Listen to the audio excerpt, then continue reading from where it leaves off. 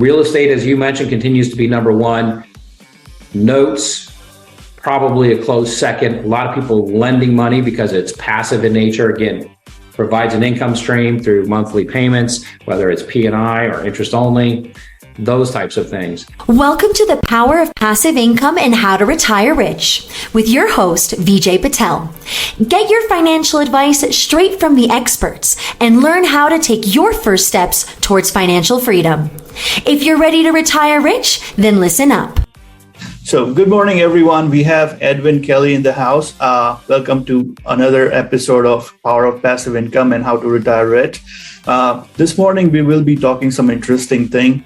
Usually, we have more of entrepreneurs on the show, but Edwin is specialized in few things, which is very interesting and worth learning for sure.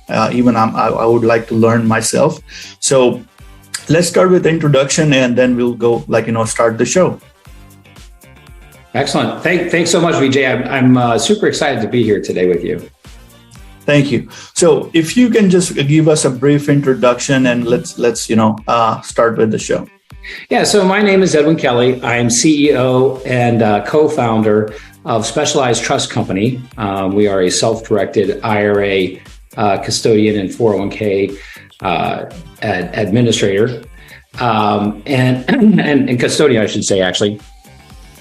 And what we specialize in is helping people get control of their retirement account, the money in that retirement account, understand all the benefits of those accounts, and how to invest in anything allowed by the government to create passive streams of income that allow people to rescue their retirement, rewrite their family legacy, among other incredible benefits.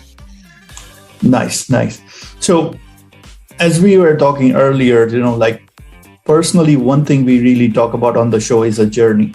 Like everybody has an individual journey. So let's talk about your journey from, investing point of view. Why you how did you get aware of investing? What is the importance of money in your life, and how the thought process was and transition was from earlier on?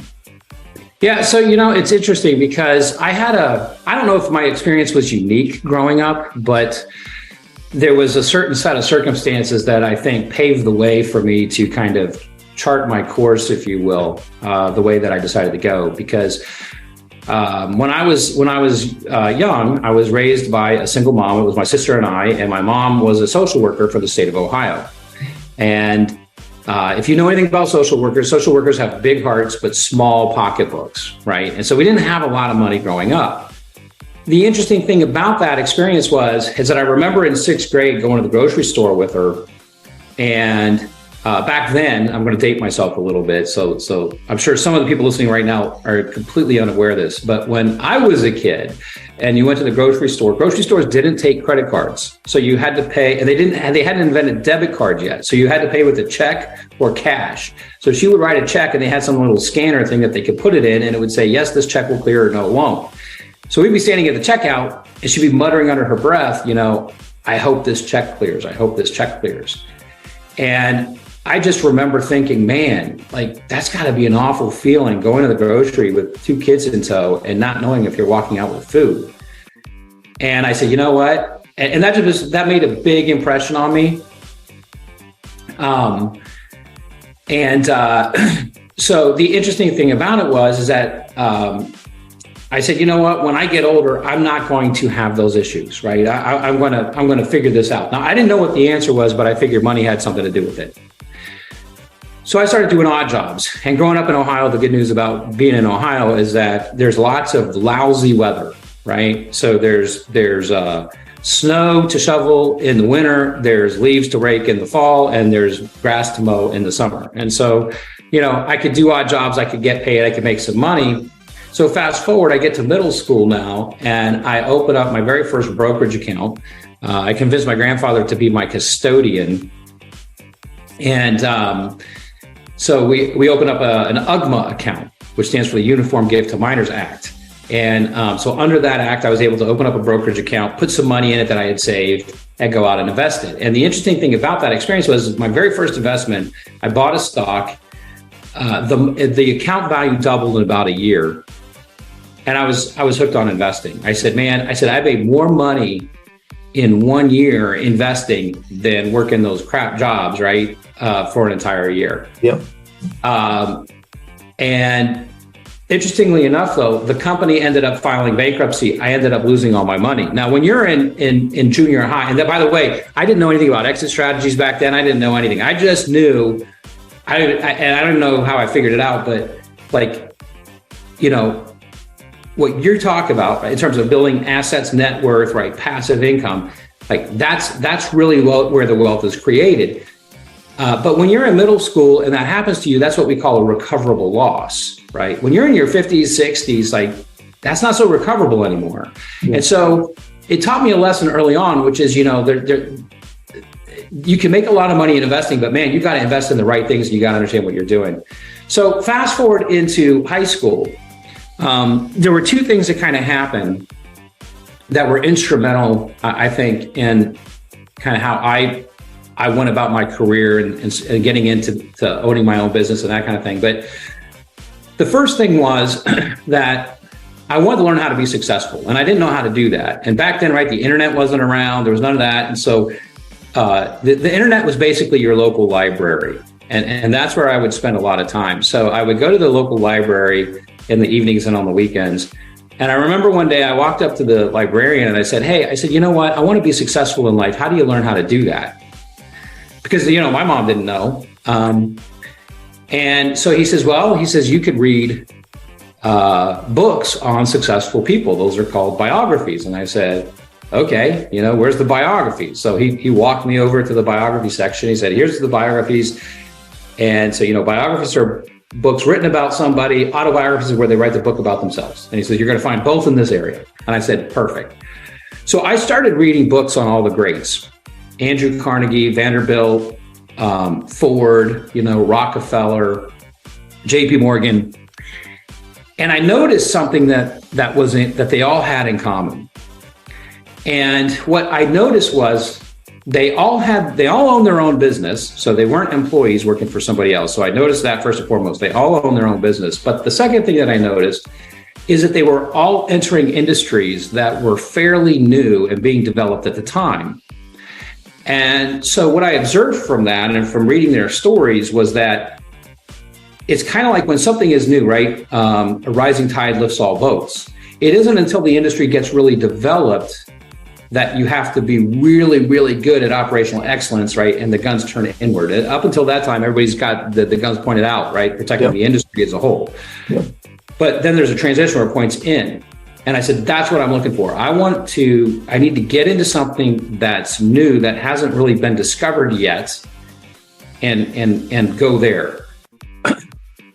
So that was one of the big first experiences I had. The second experience I had was that although we didn't have a lot of money growing up, I grew up in a fairly, I'll call it the poor side of the tracks, in a fairly affluent community. And so I went to school with a bunch of kids that were doing all these amazing things, right? They're going on ski trips to Europe and they're doing all these really cool things, which I could only dream about back then. And so I started to observe, well, what is it about these families that they have all this money? Well, again, they were all business owners. They were either doctors, attorneys, or business owners. They fell into that three categories. Yep. And I had no interest in being a doctor. Didn't have a lot of interest in being an attorney. So again, by default, all signs pointed towards owning a business. And so, so fast forward, get out of high school, go to college and study finance because that's what I was interested in, money and anything around money. And so I spent my entire career in finance, discovered self-directing, which was, I think that when I discovered self-directing, I'm like, this is the niche I've been looking for. This is the thing, which we can talk more about if you want. But that was kind of when I discovered self-directing, I was sold and I went down that path and I never looked back. I understand. So I'll just share one of my funny story. Like, every investor has especially early on when you are kind of premature. When I was in college, I had my dad give me $25,000, to invest. And then okay, you can pay for yourself. I'm not giving you any more money, So I was like, okay, I'll invest and make more money. So back then, I just started investing in stocks, very premature. Just learn options trading. And I remember from options trading from $25,000, I turned that money into $125,000 just in 2 months. And I was like on top of the world because I was like, even Wall Street doesn't know what to do. Yeah, I'm the guy who knows everything. And then on the third month, that $25,000, $125,000 turned into $12,000 just in third month. And then I was like, again, at the bottom level saying, okay, maybe I don't know much, and then I started stabilizing myself that, okay, investing is a long-term game. It's not like, oh, you hit a home run. Of course, you on and off, you hit home runs, but it's not purely, you should be looking on that. You should be also looking for singles.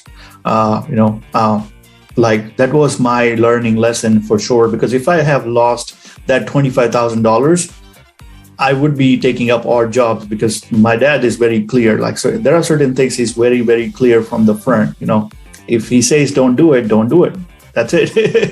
If you do it, then it's on you. You figure it out. So, investing in general is a long-term game. Anybody who is trying to make some money for themselves, as for their family, you have to understand that there's no quick money scheme. And that's where a lot of time people loses their money, is they try to get rich quick. And especially with the younger generation, of course, everybody wants to flash it off on Instagram and Facebook saying, oh, this is my Lamborghini, this is my Bentley, right? But you have to understand that you have to earn it, and you have to be, kind of worth for it. Otherwise, it's not going to last too long. So I think that's the learning lesson I would definitely pass on. But since you are expert in self-directed IRAs and specialized trusts, let's talk about that. How did you transfer yourself into that niche, and what are you offering? Why does it different, or what is something different you are doing? Yeah, so the reason why I got attracted to self-directing is that when I worked for some Wall Street firms, I saw some really cool investment opportunities. And one of my favorites was something called distressed debt investing. And there was a really cool backstory. I met a guy who actually put together the deals, went out. He was the investment guy, right? He's the one who actually found the stuff, bought these distressed assets, and the amount of money he could make on them was incredible. The challenge was you had to be an accredited investor to participate in those types of things.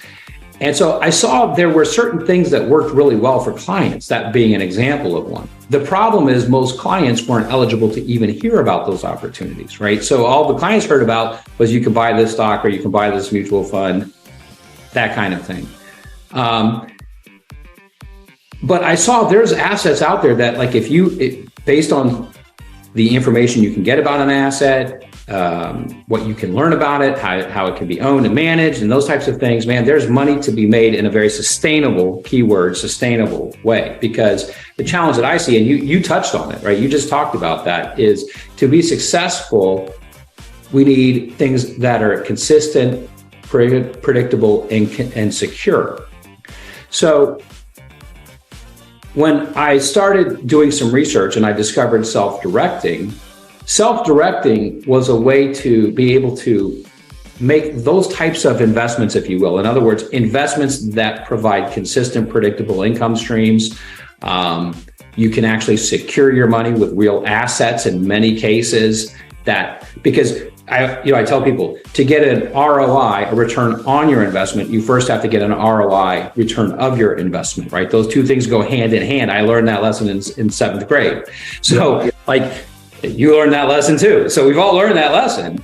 So again, it's about picking the right kinds of investments to focus on. And so when I discovered self-directing, there's a couple of things that stood out. One is that people, everyday regular people, without being accredited, can invest in all kinds of things allowed by the government that most people don't know about because Wall Street doesn't push them. In fact, they discourage those types of things because they don't make money on them. So that's one thing.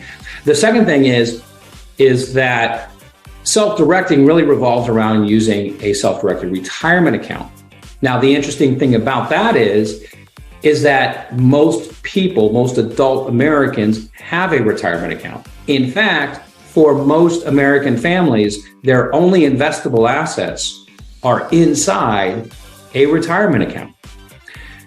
And that's because, right, most people have a job, they contribute in the company plan, and so over time they build up some money. And so when I kind of saw that, I said, wow, there's these investments and things that really work, particularly over a long period of time. The vehicle, I was familiar with retirement accounts, although not to the degree that I am now, obviously, but I knew they had certain benefits, but I had no idea all the massive benefits and how they help us build long-term sustainable wealth for ourselves and our family. So you start to bring all these elements together, and what you realize is when you bring certain elements together, I mean, you can solve massive financial problems. And I'll use this word quickly, but let me define quickly, because like you said, there's no get rich quick. When people come to me, oftentimes I've heard something that doesn't happen too often. Younger people, they say, hey, I want to be rich in 1 or 2 years, right? When I'm dealing with people my age, 40s, 50s, right, that type of thing, people say, you know what, I've got a 10 to 11, 12-year time horizon. In other words, I want to be able to have my freedom. I want to be able to go live my life and do things that I've wanted to do my whole life. Spend time with my spouse, well, you know, my kids, grandkids, travel, those kinds of things. I'd like to be able to do that in 10 to 11 years. Okay. That's a very doable time frame, right? If you work at it. And so, but the reason why I refer to that as quick is that there's a lot of people that when they get to that stage, traditional financial world says, oh, you've waited too long, it's too late. It's not too late.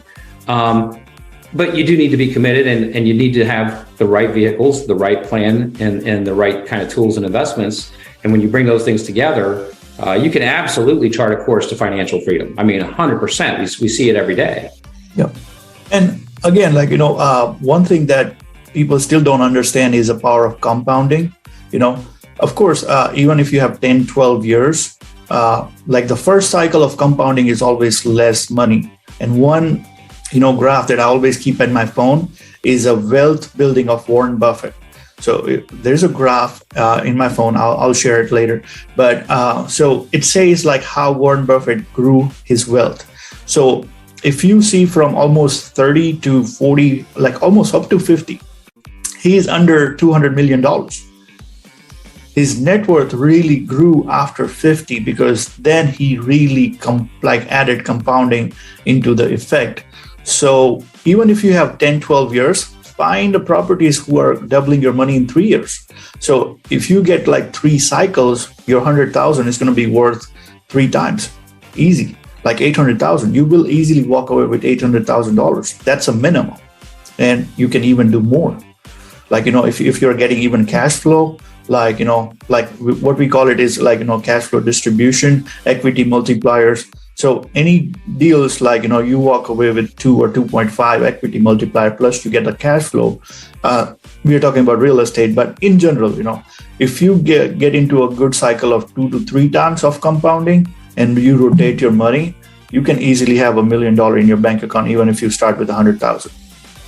Oh yeah. Yeah. And that's the other thing too, is that's one of the advantages I'll say to retirement accounts in general, is that you're not, you know, it's funny, when I worked in the Wall Street world, one of my mentors back then used to tell me, you know, the death of the mutual fund industry is going to be the 1099, right? Because particularly if you have substantial assets and you start getting a tax bill every year, you know, on money that you didn't actually receive, if you don't know what I'm talking about, that's okay. Here's the point, is that the advantage of retirement accounts is that you get tax protection on your income, profits, and earnings as you're compounding, like you're talking about. But we get to keep 100% of the money instead of any of it going to the you know, various taxing agencies like the IRS or your state taxing authorities or those places. And so what that means to you and I is that we can exponentially compound our money faster and larger by erasing taxes from the equation. And I'll say that that's probably one of the most common pieces of feedback I get from clients, is that a few years into it, just like you're talking about, I'll get a call and they'll be amazed. They'll be like, have you seen the value on my accounts? And I'm like, you know, and I've had some people like actually be a little worried about it. I have one client specifically call me, I'll never forget. He lives down in Florida, And he called me one day and he says, dude, he says, have you seen my accounts? He's like, I'm really worried. And I'm like, what are you worried about? He's like, well, I'm afraid I'm going to get audited. And I said, why would you get audited? Well, he said, have you seen my account balances? This is a gentleman who started with less than $100,000 when he opened up his accounts and transferred in. And here we are 3 years later. He's got multiple accounts with us, just to be clear, but the value of all his accounts had exceeded 7 figures within that 3-year period of time. And he said, I knew I would do well, but I didn't know I was going to do that well. And I said, look, we've talked through the investments. The things you've done are compliant, and they meet the regulations and they conform to the rules. I said, what you're observing, which is not uncommon that I hear from people, is that we're so used to living in a taxable world. You have no idea what's possible until you see it happen to yourself with your own eyes, when you can actually eliminate taxes from the equation and you see your strategies work over a period of time. To me, it still amazes me to this day. It amazes. The power of compounding, particularly in a tax-free or tax-protected environment, is just, it can accomplish amazing things. Yeah, and again, going back to the same thing is taxes in general is 30%. So if you keep adding that $30,000 on $100,000, and if you again do a couple of cycles, that's another $100,000 in 3 years or 3 cycles. Yeah, it adds up quickly, and that's why. Exactly. Yeah. So just a basic question, just for audiences, when we talk about retirement accounts, we are talking about 401s, IRAs. Is there anything else we are missing? So there's a few different accounts out there. So I'll take a step back by saying I group accounts into 3 categories. Okay, so the first one is IRAs, individual retirement accounts. We're all individuals, so generally, right, we qualify to have one of those accounts. Then there's small business retirement plans, and for a lot of clients and a lot of people these days, they might have a side hustle. So they might have a W-2 job during the day, but they might be investing in some real estate on the side or doing something else. And so they, in many cases, qualify for a small business retirement plan. That's the second category. Those are your 401ks or solo 401ks, SEPs and simples, things like that. And then the third category is what we call tax advantage specialty accounts. And there's 2 key accounts that fall into that category. One is an education savings account, which is, I explain it, it's like a Roth IRA. If you don't know what a Roth is, we can talk about a Roth. But it's like a Roth IRA specifically for education. The health savings account is for out-of-pocket qualified healthcare expenses.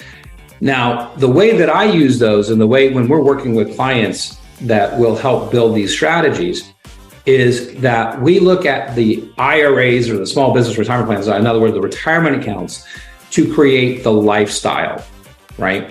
However, what a lot of people are unaware of, and I'll never forget one of the earlier reports I read, this is going back into the 90s, when Ben Bernanke was still the Fed chair, he had written a report, and he talked about that the range for a retired couple, now keep in mind, this is in the 90s, so these numbers could be a little different now, probably not to our favor.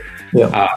He said the average married couple living 20 to 30 years in retirement is going to need $240,000 to $280,000 in out-of-pocket medical expenses over the period of retirement, even on Medicare.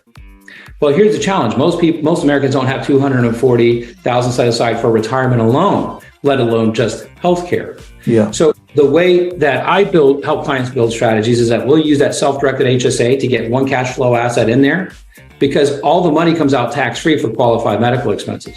So you get one cash flow asset in there, just as an illustration point. Let's say it was a rental property. If it spun off $1,000 a month, you could use that money to fund your healthcare the rest of your life. Now that takes the pressure off the retirement accounts. We're just going to use that to create income streams to support your lifestyle, right? And so those, looking at from a comprehensive standpoint, helps us, I think, create better results on the back end.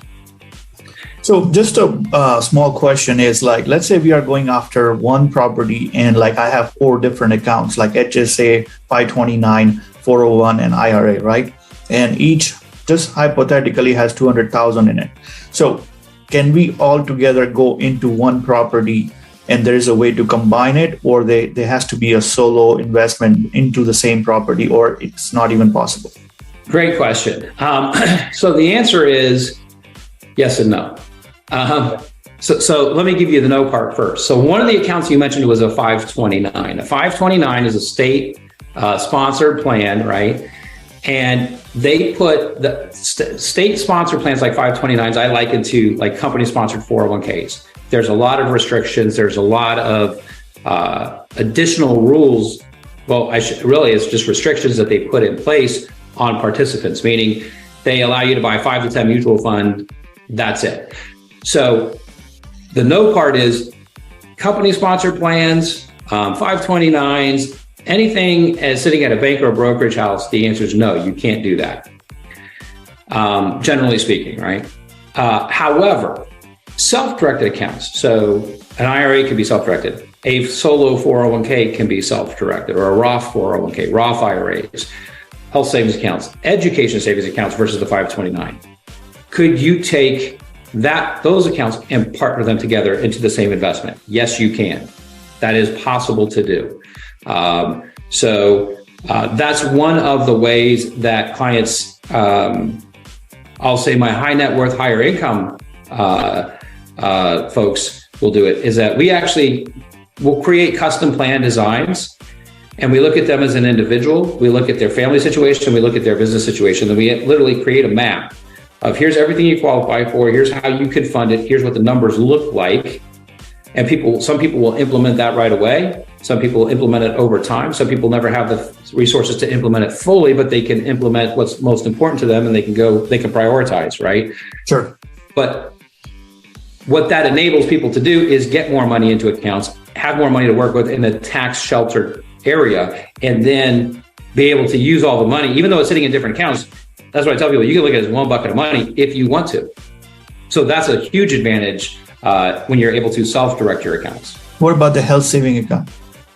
Yeah, you can partner that account too. In fact, one of the interesting things about it is that I teach. So when clients come on board, I teach what I call a accelerated wealth quick start class, and I teach that to lay the foundational elements, because self-directing is new to most people, right? Even if they've heard about it, and they say, "Hey, this is something I want to do," and they open up an account, they're still not sure how to go through the process. And so I work with clients and help them understand the process at the beginning, right out of the gate, where we go through all the relevant things that you need to know, how to solve these massive financial problems that we have, and how these accounts and strategies and the rules and all these things kind of work together. And so we go through that all within the first 30 days. And so I teach 3 investment structures you can employ with self-directed accounts. And so one is an outright purchase, which is kind of where your question was going, right? If you have enough cash in the account and you want to use all your own cash to buy one asset, as an example, you can do that, right? That's an outright purchase. Second way is what we call a joint venture or partnership, where you have access to multiple accounts, and those accounts can partner together in a sense, right? The third investment structure that I teach, which is a legal backdoor to the contribution limit, is that, believe it or not, if you don't have enough cash in your retirement account to make an investment, or you just don't want to use your own cash, your account is allowed to borrow it. So that's why I say it's a legal backdoor to the contribution requirement, because it allows you to bring in cash. Now, there's some different rules around that, of course, but the point is that there's a lot of options in terms of how to use retirement accounts to build your wealth. So there's a lot of things you can do. Is there any restriction on borrowing? Like just because that is something new to me for sure. So let's talk about that. Like when you talk about like borrowing, how does it work? So when you borrow money, the main thing, the number one thing that people need to know is that in the rules and regs, when it comes to retirement accounts, right? The government tells us what we cannot do. So let me say this, and I'm not going to get into a big rules discussion here, right? Because I don't want to go too far into the weeds here. But the government tells us, the way the rules are written, the government tells us what we cannot do. right? They don't tell us what we can do. And the example I always use is like, there's no law, there's no rule that says I have to be nice to people, right? Now, it's probably in my best interest to be nice to people. But if I was mean to someone and somebody went to the police and said, hey, he was mean to me, they're going to say, yeah, okay. Like, I mean, there's nothing to do there because there's no law broken. However, if I went up and physically hit somebody in the face, that's called assault, right? Now that's against the rules. The rules say you're not allowed to invade somebody's physical space. You can't do that. Therefore, there's legal consequences to that. Same thing applies to retirement accounts. So we're already used to this stuff. Everybody thinks self-directing is complicated. It's really not. We've been trained our whole lives to think this way. We just have to just draw those connections. So the same thing is true with retirement accounts. So the rules say what we cannot do. Those are referred to as prohibited transactions. They don't tell us what we can do. So as an example, when it comes to the lending or the borrowing, it says we're not allowed to personally guarantee credit for our retirement account or extend credit to our retirement account. In other words, it doesn't mean that we're not allowed to borrow. It just means we're not allowed to personally guarantee it. So the number one thing to know about borrowing inside of a retirement account is that it has to be a non-recourse loan. And I don't like that term. That's the term that's used in the industry. I think it's a lousy term. I think it's inaccurate. A better term, and when I talk to clients about it, and if I were to wave a magic wand and change everybody's language, I would call it a limited recourse note or loan, right? Because basically what makes it a non-recourse loan is that there's language in the note that says something to the effect of, in the event of default, the lender agrees to take back the asset for full satisfaction of the debt. There's no additional recourse to the IRA or the IRA owner. That keeps us compliant with that rule, okay? So we can borrow, it has to be a non-recourse loan. There's banks that do them, not a lot, but there are some banks that do non-recourse loans to retirement accounts. There is financial type of companies, financial firms that specialize in financing assets that will do non-recourse. And then, of course, private investors will do non-recourse loans. But that's a strategy that we've seen many people implement very, very successfully, particularly in retirement accounts, because going back to what one of your core focuses is how do we build our net worth to create passive income streams so that we have financial freedom. And as we were talking about, that number is different for everybody, right? It's not the same. My number is probably different than your number, and our number is different than somebody listening right now. And that's okay. But the key is that if you think about it, if you have a 7 to 10 year time horizon, let's say you're 50 years old and you say, look, I want to generate $5,000 a month in income, and I only have a couple $100,000 in my retirement account right now. Well, you could buy maybe 2 rental properties that spin off $1,000 a month. That doesn't quite get you there. But you could use that money as down payment money, buy 5 properties, pay them off in the next 7 to 10 years, so that when you're 60 and you're ready to start spending that money, now your $5,000 in income is there.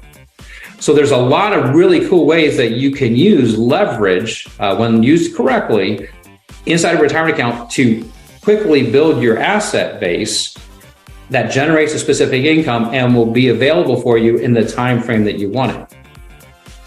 Good. So I think let's just talk about the some interesting thing, like everybody knows that, okay, self-directed IRA, you can put it for real estate, right? So what we were discussing is what are some unique investment that you have done, or in general, like what are other things that people can do apart from real estate? Because that's a common notion that, self-directed IRA goes to real estate. Yeah. So there was a book written years ago, and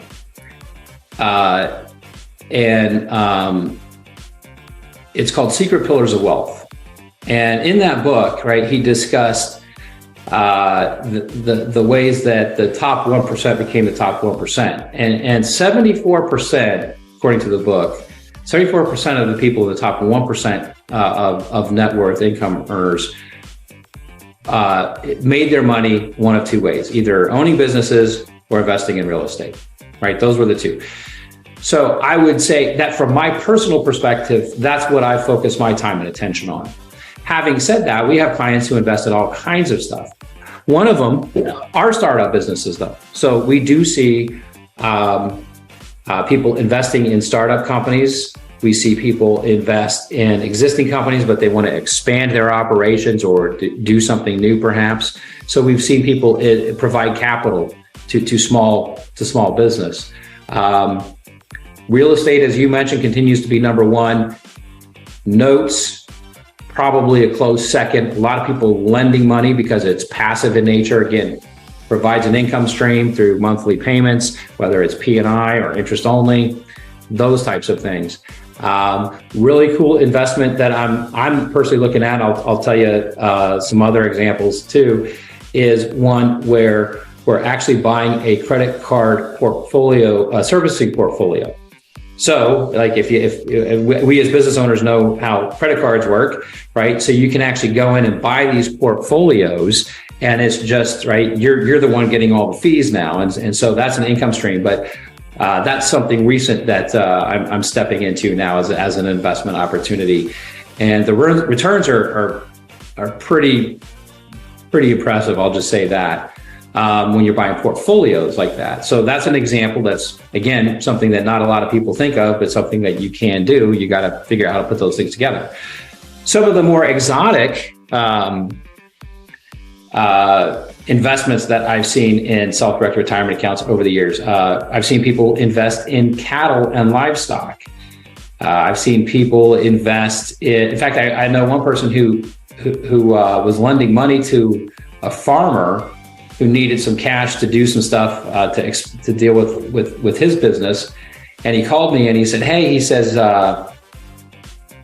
this farmer wants to borrow some money from me. It's pretty good terms. I like the deal, but I'd really like to secure my money because I want to know, right, that I can get my money back. And I said, well, what kind of farm is it? And he said, well, it's a dairy farm. And I said, really? He says, yeah, but see, I said, so why don't you secure it against? He says, well, you know how the farmers are, right? Their equipment is leased. The land is mortgaged. Like there's I don't know that there's any security there. And I said, well, you said it's a dairy farm. I said, what about the cows? I said, do cows have like serial numbers or social security numbers or something? He says, well, let me find out. So he comes back and he says, yes, as a matter of fact, they do have numbers, right? They're tagged, they have numbers. And in fact, trading cattle is a big business, it turns out, right? So it's amazing what you learn, right, going through life. And so I said, pick out the head of cattle you want, get the numbers, and secure your money with that. And I said, then you can always trade or sell those cattle if he defaults on the note, right? Yeah. So he that's like a direction that he actually went. So all kinds of like cool stuff that you can kind of do. One of the other interesting things is bull semen. I've seen that's pretty exotic type of thing, but and that's true with horses too, right? I mean, there's in that whole world of husbandry, which is what it's referred to. There's all kinds of ways that people make all kinds of money. I mean, the world is such a fascinating place when you get down to it and see all the creative, cool things that people come up with. So yeah, like I've seen all kinds of things. You know, more commonly recently, I've seen two big interests in physical precious metals. Right, people are worried about inflation, and so people will sometimes hedge inflation by buying gold and silver, palladium, and those types of assets. I've seen people, like, obviously, as we all know, in the last several years, there's been a huge interest in cryptocurrencies. And so those are things that can be done under certain circumstances. So, yeah, I mean, I say this is that you're generally only limited by your own creativity when it comes to investing, because there are so few things that are, quote, prohibited. And there's really not, the things that are prohibited are certain types of behaviors or actions that more than, say, a particular asset.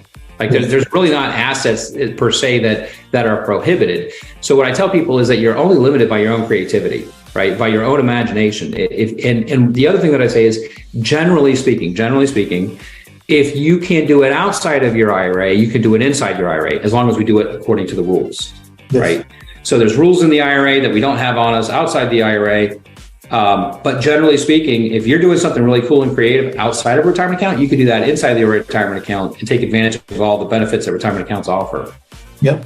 No, so I think every 6 months or a year, I come across somebody unique, and that just strikes you in a core, right? So I'm right now, I'm looking for some land to build a resort in Texas, right? So I'm going in country, looking up some raw land and things like that. So 2 months ago, I looked up a land close to Austin, like somebody like 84-year-old, he had 200 acres land. And like, I was just talking to him, and one thing he says, like, he was making close to 200,000 from that 200-acre land just by selling cows. Like, he had cows on the property, and the babies they born, he will sell it for $1,000 or $2,000, and he was making 200,000 a year just by doing that. And I was like amazed by that, because he's not doing anything else. Like, we are so, like, if in normal life, if you have to make $200,000, it's challenging. You have to trade so much amount of time and effort to make that $200,000. And now here's this guy having 200 acres of land, just a bunch of cows, and he's still making the same money and living his dream. So it is like eye-opener and unique for sure. When you come across these kind of transactions, that wow, people do these things, and this is like, it's legit. It's not like somebody's doing wrong or somebody's trying to scam somebody, right? But we are so much, trained to be into that factory assembly line that we are not even thinking outside the box, or we're not, the atmosphere or the surrounding is so much claustrophobic that people are not having that aha moment that, oh, like, this is also something you can do, or this is also a possibility that you can do, right? And the same thing with the self-directed IRAs. It was very, very late that I even come across the word, like, I would say like maybe 7-8 years ago, that even that was possible. I found out before that, I was also trading stocks and mutual funds, because that's the only thing you can do if you have Fidelity account, right? Yeah. So those kind of things. But so moving on to the next question is, what we learn is a mistake that, especially like in your segment, is what are the no's or mistakes that you want to pass on, that, okay, if you are dealing with self-directed IRAs or anything similar to this, don't do this, or just be careful of these things. Yeah, so it's interesting. The biggest mistakes, and I'll say there's two, and I put them mainly on the front end. So the biggest mistake that I see people make, now this is also kind of a general principle thing, right? So I've talked to people where, they hear about self-directing, they've got money in a retirement account, they have enough experience with the cycles of the market, right? Because by the time we're 40s and 50s, right, we've been there, done that, we know how it works. And unless you do something different, you're not going to get a different result. Yes. And most people who have company-sponsored plans and have all their money in those 5 or 10 mutual fund options are not set up to retire, right? Which is why people keep working later and later in life. So they already have their own first hand experience that's not going to get them where they want to go. So they start looking for alternatives. They find out about self-directing. They say, man, this looks like a solution. But the challenge that they have is, and some of the ways that I'll hear this show up, I hear it different ways, but one of the ways that I hear it show up is they'll say, well, you know what? Yeah, I've got a retirement account. I got money in a retirement account, but I don't know what I'm going to do yet. So once I find my first investment, then I'm going to get everything set up. That's the biggest mistake. And here's why. Life doesn't work that way. If, let's say, something you want to do, there's 5 steps involved. What the person's basically saying to me is, well, until I understand all 5 steps and how they're going to happen, I'm not taking step number 1. Well, then guess what? That's why you're stuck in life. Because the truth is, you don't have all the answers to every step and how it's going to play out. You're never going to have it. So if you're waiting for that, you're going to wait till the day you die. And you're still going to be waiting. Because the reality is that you can know step number 1, You might know step number 2, and you might have an idea of step number 3, but beyond 3, you don't have any clue, honestly. Let's just be honest about that. Yeah. And so the only way to come up with the answer to step number 4 is to get to step number 3. And when you get to step number 3, step number 4 appears, typically.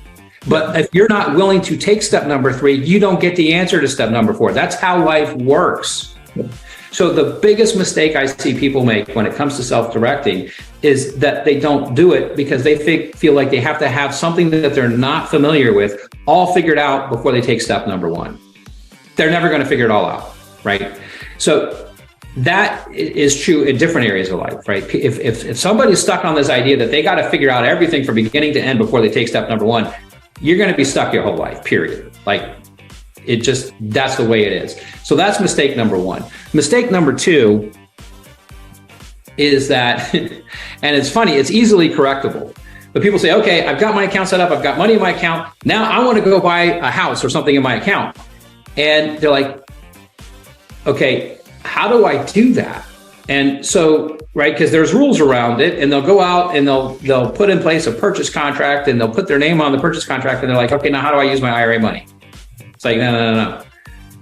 That's not the way it works, right? You're not buying the property. Your retirement account is buying the property. The name on the purchase contract is Specialized Trust Company, FBO, for the benefit of, right?